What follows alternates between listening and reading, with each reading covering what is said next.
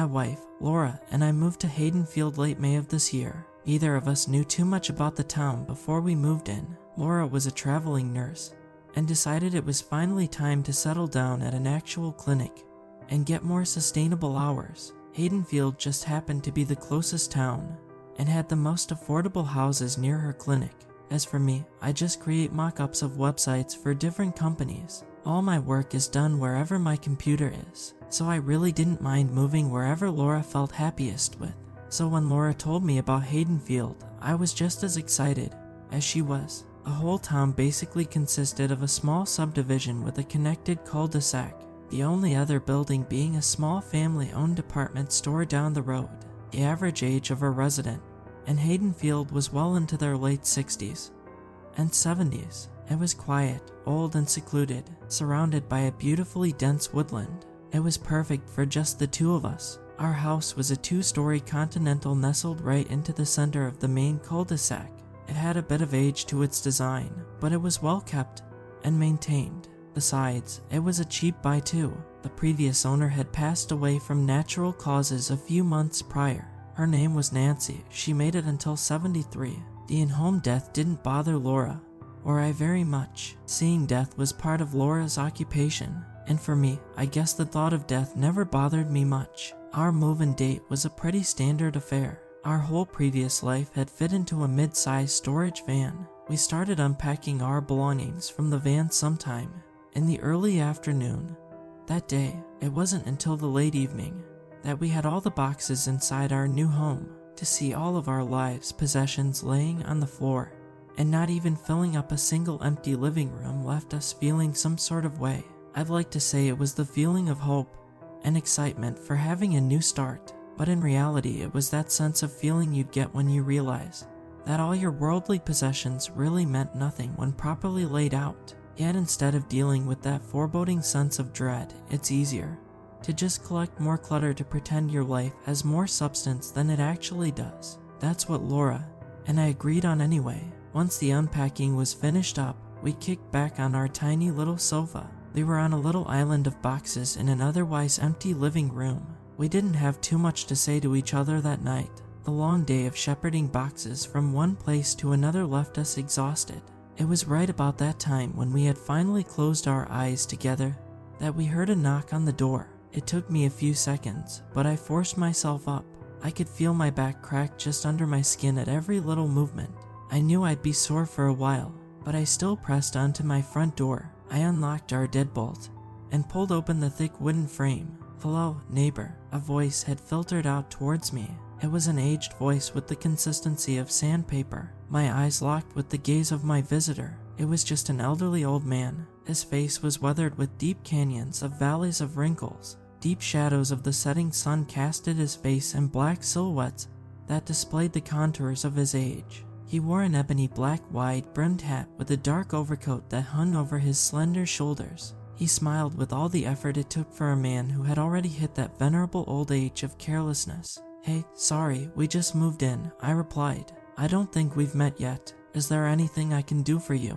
I asked the aged senior. He just shook his head in steady dismissal. No, nothing like that. I just wanted to give you a proper welcome to Haidenfield. My name's John Clark. I'm the block president here." He extended one of his lanky hands towards me. I took his hand in mine and shook it. His skin felt like tan leather, but his grip was strong. "Well, thank you for the welcome. Sorry we didn't have time to meet with the neighbors yet. We had a pretty busy day." John tightened his lips and nodded in understanding. "Nonsense. We should be apologizing to you both. Had we been younger, we'd have helped you out with those boxes. I think those times are long past us now, though." John gave a half-hearted chuckle. "Listen, we pride ourselves in this town for our hospitality. If you need anything at all, please don't hesitate to ask.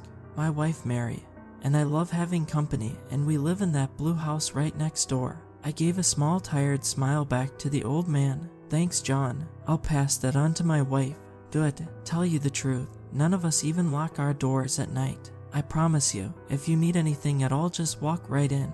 His smile faltered with just a twitch at the end of his words. His eyes focused deep into mine. "Well, I appreciate that offer. I promise we'll knock first though." I gave a half-hearted laugh. The old man's expression didn't change. Whatever makes you feel more comfortable here. Just remember, always keep hospitality first. Around here, we're all guests within each other's homes. He squeezed my hand tightly, making me realize that he had never let go of me in the first place. Be safe. His leathery hand tightened over mine one last time before he let go. The old man dipped his chin slightly in a small bow of respect, his wide-brimmed hat dipping below his eyes and casting his face into total darkness. Our doors are open for you, Gregory, at any time, no matter the hour. With that, John swung around and turned back towards my driveway. His black overcoat billowed off of his small frame with beautiful grace. I squinted my eyes towards him, trying to find the words to the strange feeling I had over the situation. Something about that interaction had given me a terribly uncomfortable feeling. I couldn't place my finger on it though. I slowly shut my door and locked the deadbolt behind the old man. I shook off the nerves that tumbled down my spine and returned back to the barren living room of my new home. Laura had found herself laying half asleep on the couch, her body sprawled across the cushions. Who was that? Her small voice murmured out towards me. A neighbor, his name's John. He lives in that blue house right next to ours with his wife. Laura twisted her body and stretched out on the empty couch, yawning. Her voice pushed past her inhale. Oh, was he nice? She asked through her tired tone.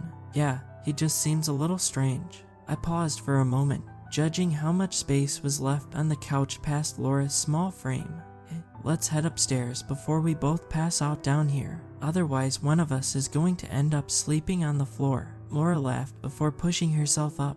We both went upstairs to our unfurnished bedroom. The only thing we had set up was a queen-size box spring with a matching mattress that lay on top of it. The box spring had found itself laying haphazardly on the hardwood of our floor. We ended up both sluggishly making our usual nest of pillows and blankets. Before long, we were both blacked out for the night. It wasn't until a few hours later I had felt a pressure on my chest that was shaking me awake. I looked over to the small silhouette of Laura next to me, the silvery moonlight from our window casting an ethereal light over her figure. Greg, wake up. Laura's voice sounded panicked and subdued. I could hear how terrified she was even underneath her hushed tone. What's going on? I replied. My hand had tried to wipe away the sleep from my eyes. My body still felt exhausted from the physical labor we had just finished. I heard the downstairs door slammed shut. I think someone broke in. I looked at Laura and held my breath. I was trying to hear if anything else in our home was making noise. All I could hear was the throbbing of my own heartbeat. The rest of the house was dead quiet. Not a single creak of the aged wooden floorboard had met itself, in contrast to our mutual silence. I'll go check it out, I whispered over to Laura. She let go of my chest, and I lurched myself upward. I had wished I had a gun or a bat or anything I could have used to defend myself with, but I had nothing more than the mattress on the floor to protect myself with. But I swallowed that feeling and pressed on. I slowly opened up my bedroom door and crept downstairs. Nearly every step I took sent a loud creak that echoed its way throughout the empty house. I kept telling myself that nothing could be inside our home and be this silent, not unless it was standing completely still. I entered our moonlit living room and flipped on the lights. Nothing. I pressed forward into the kitchen and did the same thing. Nothing. Finally, the foyer. Nothing. I looked over to the front door and saw the deadbolt latch still flipped towards the locked position. I felt my body relax, my shoulders slumped down in relief. I took a deep breath and wandered back up into our bedroom. There's no one down there. The door is still locked. Laura just stared at me for a moment. I know what I heard, Greg. Someone slammed that door shut. I could see the absolute resolve in Laura's eyes. I knew she fully believed in what she had heard. Listen, I don't know. Everything's locked up tight down there. No one's getting in without breaking down that door. I laid back down on the mattress next to my wife. She just stared towards our bedroom door, as if she had expected something to break through it.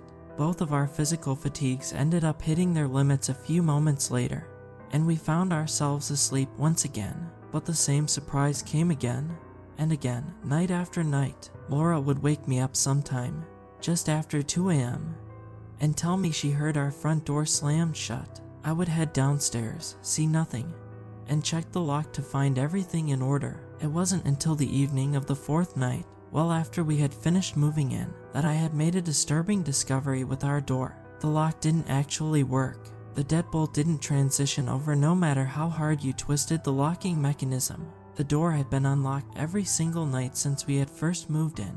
I was at a crossroads. I could break the news to Laura and have her lose even more sleep than she had already lost, or make the decision to just handle things myself and buy a new deadbolt from the department store in the morning. So I did what I thought was best. I told Laura I would sleep on the couch that night and keep an eye on the door. I didn't tell her about the broken lock. She went upstairs to our bedroom. While I laid down on our couch, I decided to grab a kitchen knife for protection, just in case. I stole the largest one that I could find from our knife set. It was about the deadliest thing I could think of. I positioned our couch so that it faced our foyer.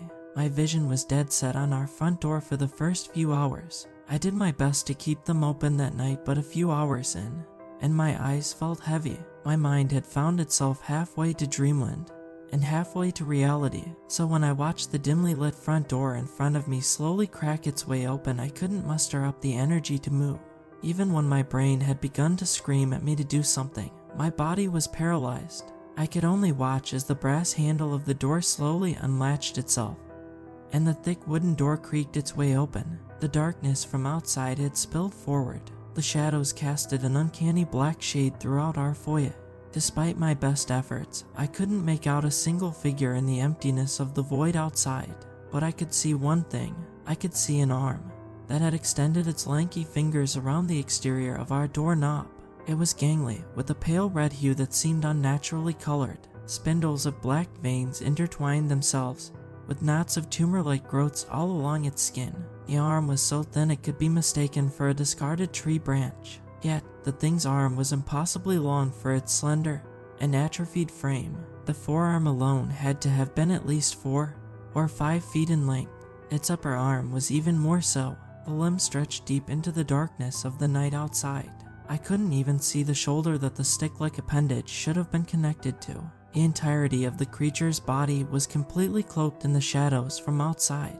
Meanwhile, I watched helplessly as the door creaked its way more and more open. The door had nearly reached the limits of its hinges before it paused. A few seconds passed before the fingers of the creature had tightened around the brass door handle. With a single tug, the door flew backwards. The full force of the wood slammed shut with such an impact that the intensity of it alone shook the house. I finally snapped out of my paralysis. My heart was racing, and I could feel a cold sweat pour down my forehead. I heard my bedroom door bang open, and the thudding of my wife's feet sprint downstairs towards me. "Greg," she yelled out as soon as she saw me. I looked at her, and knew immediately she could see the expression on my face. The absolute petrified expression. "Greg, what happened? Did you see anything?" I couldn't formulate the words out of my mouth.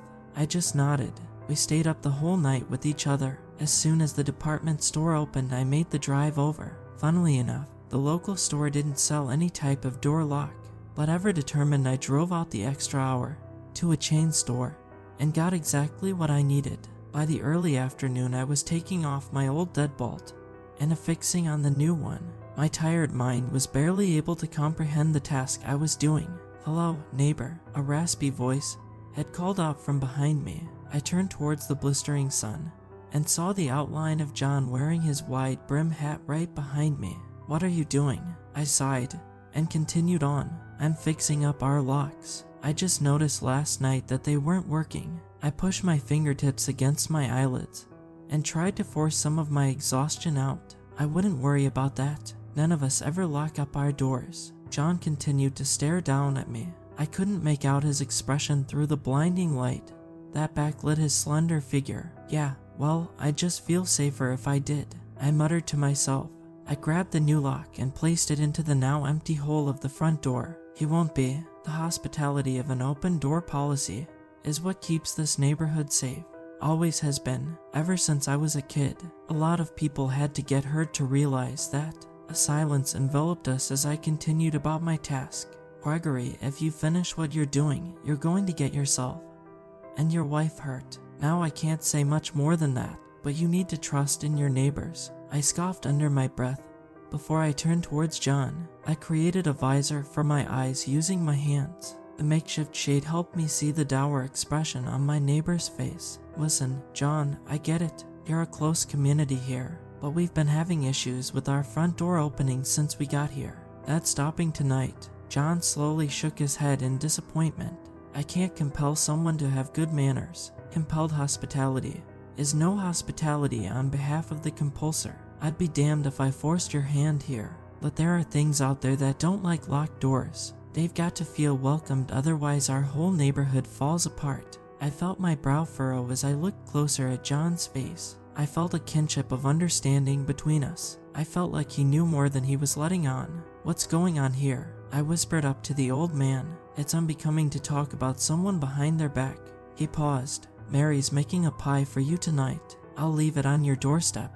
Don't eat it. It's for your guests tonight. John took a deep breath and muttered, I hope it'll be enough under his breath. The old man swung his back towards me and began to walk back towards his house. I ignored him and fixed up the door. I made sure it locked up tight as soon as I was finished. Sure enough, just a few hours after Laura had returned home, we had a knock on our door. I opened the door and discovered a large steaming fresh apple pie. It had found its home resting upon our stoop. A small card lay near it. It read, for the guests of Gregory and Laura Adams from the neighborhood of Haidenfield. We apologize for making you feel unwelcome tonight. Please accept our deepest apologies. Very respectfully, the Clarks. P.S. Gregory, a proper dessert should always be set out on your kitchen table in case any guests make an unexpected visit. May you have room on your dining room table to place this in case that may happen. God bless, John. Laura and I both gave each other a strange glance. What's all that about? She asked, flipping the card around in her hand. No idea, I replied, examining the pie in my hands. The aroma wafted over our home in the most pleasant of ways. Should we have a slice? Laura leaned down and smelled the apple cinnamon scent that had emanated from the glaze inside. I pulled it away from her. Something in me told me that John knew something we didn't. I had no idea what was going on, but I knew what the card said, and I knew what I had seen the night prior. Let's just leave it on the table tonight. We can double check with the neighbors tomorrow just to make sure they actually made it. Otherwise, I don't know if we can trust it, you know. I tried my best to explain it away, but Laura gave me a skeptical look. Thankfully, she just shrugged it off.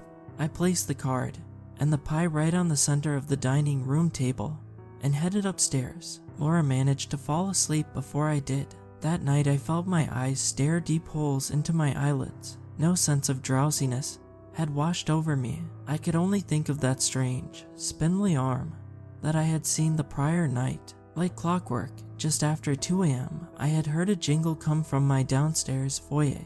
The doorknob was shaking. It was slow at first, but then got more frantic. I gripped onto my bed covers and prayed that the lock would keep whatever that thing was away. But as the door handle jiggled more and more fiercely, that prayer fell away. I could hear the door begin thudding in its own frame as something lurched against it. At this point, Laura must have heard it as well. She shot up in bed and looked over at me. Greg, what the hell is that? Something began crashing against the door. A chorus of strange voices began screaming from outside our home. Their harmony created an ethereal echo that filled every inch of our home. I glanced over to our bedroom's window and saw several spider-like hands pressed against the glass. Their skin was the same twisted red hue that I had seen the night prior. Their gnarled fingertips had pressed so tightly against the glass that the glass had begun to crack under their grip. The same crackling noise had filled our entire home, as every window in our house had simultaneously begun to experience the same fate. Laura's eyes had fixated themselves on the gangly hands outside. Tears had welled up in her eyes as her voice faltered and fell away into a low whimper. I didn't know what to do, so I reached over to her and pulled her tight against my chest. Don't look at them, I whispered to her over and over again. I wasn't sure if I was speaking to her or to myself. I heard the front door splinter open under the weight of something incredibly massive. A tremendous thunder of thudding and thumping had filled the lower floor. Soon to follow was the sounds of every window in our home shattering open one by one. I squinted my eyes open for just a moment to see the bedroom window crack and explode into shards of glass. Broken shards had flown their way towards me and my wife. I closed my eyes to protect them from the slivers of flying glass. Hands from outside had begun to stretch their way into our home. They seemed to lurch their way in our direction, as if they could see us. I closed my eyes again and began praying. The thudding from downstairs had found its way into our kitchen. The sounds of cabinets clattered open and shut. A symphony of voices floated their way into the halls of our home. I was left waiting for the feeling of those lanky hands to wrap over me. I was preparing myself to be dragged out of my home at any moment, to feel them pull me right through the broken glass-filled window and into the mouth of whatever those arms were connected to. But instead I was greeted by silence. The banging had stopped. All the noises had stopped. I could hear Laura crying in my arms, but that was it. I opened my eyes and saw nothing more than the shattered window of my bedroom greeting me. I quickly picked up a large piece of glass and wrapped it up in one of my socks before getting up to my feet. Room by room I cleared. Every window in our home was broken, every single one. I got to our front door and saw its frame completely knocked off its hinges. Broken splinters of wood lay scattered across the hardwood floor. Yet the thing that got me the most was that the pie was gone. We stopped locking up our doors after that night. Now we're always prepared to entertain any guests that might show up, no matter the time.